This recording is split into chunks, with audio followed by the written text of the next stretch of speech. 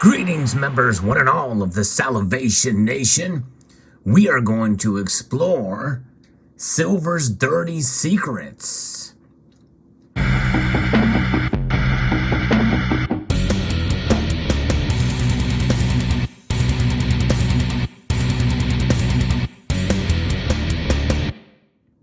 Silver, a metal that has mesmerized mankind for thousands of years.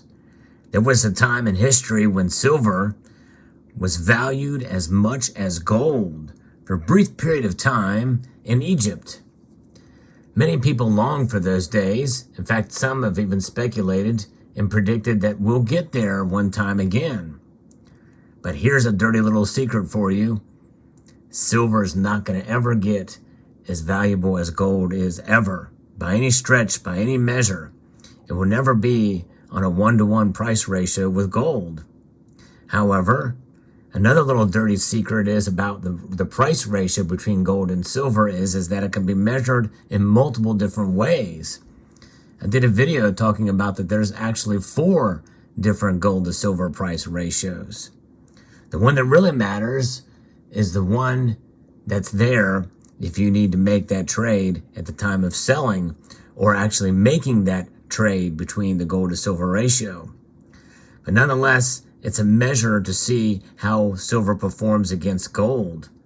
Another dirty little secret is that silver doesn't always fall in line with gold, at least not in the way that we think it should, based off of the natural ratio between gold to silver, which some people speculate that it is somewhere around between 8-to-1 and 12-to-1 for the rate that it comes out of the ground. No one really knows the exact measurement unless you can somehow calculate the number of ounces mined per year. But overall, what's above the ground, it's a bit hard to really know. That is a secret that will probably remain as such for quite some time. We'll never really know the actual above ground gold to silver ratio, because we really can't calculate how much silver is above ground and how much gold is above ground, how much silver has been consumed and not been recycled. And those are things that we can all speculate on. A dirty little secret for silver is witnessed before your very eyes right here. It can get dirty. That's right, down and dirty. And some people like that in terms of its physical properties. A nice toned bar here that you're looking at. That's a little bit of tarnish. Some people say, well, it's dirty, a little grimy. Other bars could be nice and shiny. It may not react the same way. Usually sulfur in the air will cause that natural toning. You can artificially tone silver, and many people do it for fun or to try to scam people. But nonetheless, silver does react. Unlike gold, silver does react to its environment. And it reacts in the process of producing it as well with how it's cleaned. Because silver does need to be cleaned in a way. Now, obviously, gold goes through a process and a detergent process. But during that detergent process for silver, it can cause some issues for sure. In fact, it's been noted and seen oftentimes spotting of silver.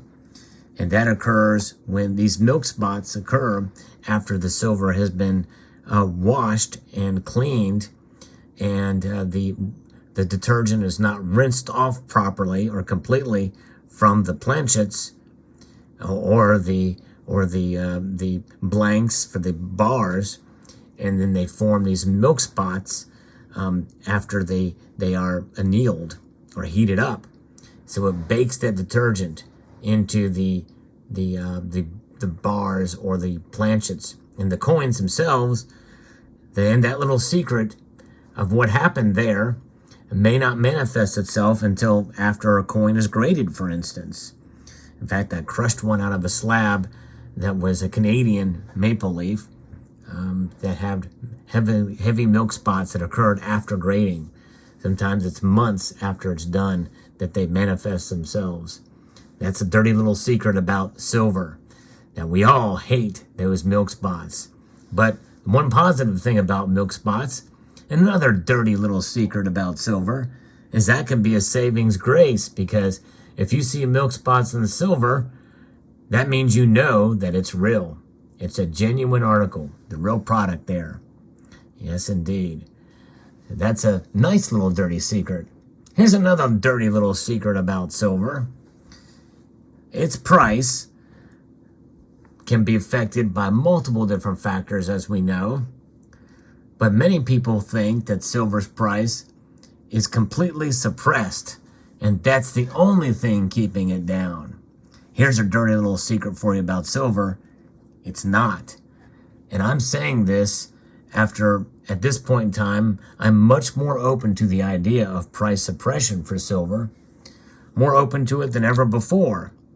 However, with that being said, even if there's some proof that can be found that price suppression is happening, the natural market forces play a much larger role.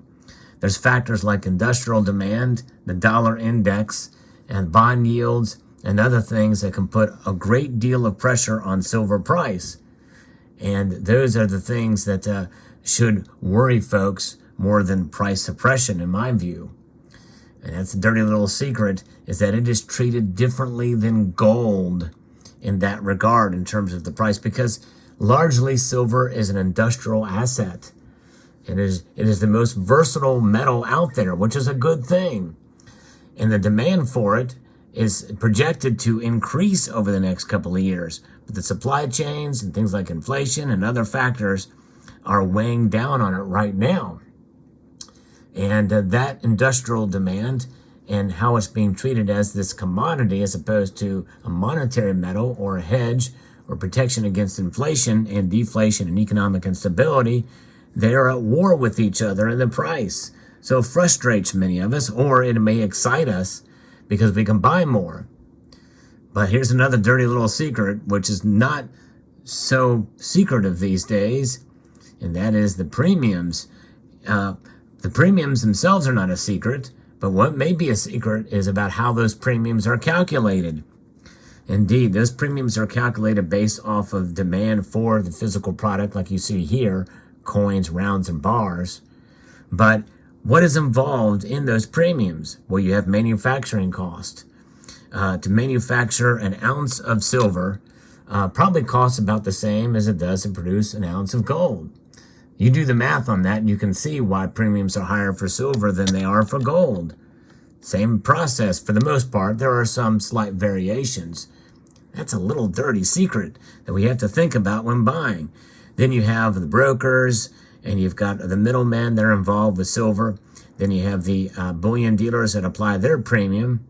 And all along the way, for the time of manufacturing, but even from the mining aspect, the fuel it costs and utilized to mine silver. Is silver being mined as a primary product, or is it being mined as a secondary product? In other words, as a secondary product outside of nickel or lead or zinc or some other metal. Most of the silver that is mined as a byproduct of these other metals.